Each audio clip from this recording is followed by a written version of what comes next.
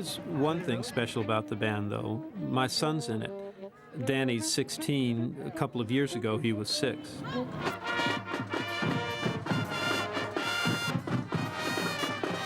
Suddenly, he's the age that I look at as the start of my adult life, an age when every day means something and details count.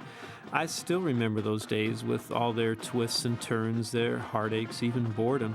And every year was a milestone.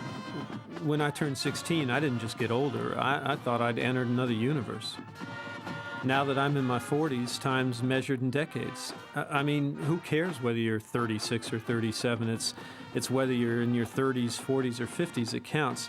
And the scary thing is that the less time I have ahead of me, the more it seems to speed up.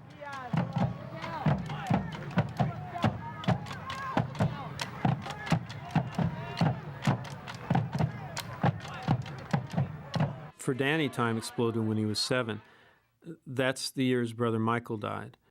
Michael was 9 then, and his death sent Danny spiraling inward. I remember the day Michael died, Danny told me that he wanted to be like the little prince, living alone on his tiny planet, protected from pain. It didn't really faze me, and I guess I just couldn't let it faze me at that point in my life because, it was such a big event to happen to me. I was 7 years old. Michael pretty much was my world at that time, and he was gone, and so I just kind of turned away from it. About a week after Michael died, we were back at Mike's house, and I was sitting on the porch, and our friend from across the street, I don't remember his name, he was my age, but he was Michael's friend. It's the way most of the things worked. And he came by, and he was like, he said, is Michael here? I need somebody to help me put an inner tube in my tire on my bike. And I said, no, Michael's dead. He said, oh, that's too bad. And he went home. And I just continued doing whatever I was doing.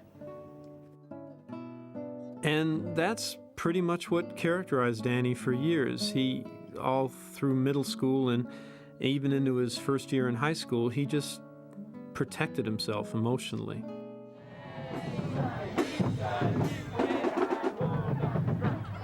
But then, the first game of his sophomore year, I went to the football game and I looked over into the band section, and there was this teenager.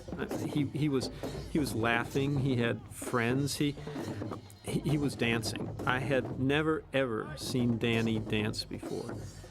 And I knew that I just had to be part of this. I mean, I had to be there. I had to see this transformation that was going on in Danny's life. And for me, the only way to do that was to make a film. So I knew what I had to do. I had to go back to high school.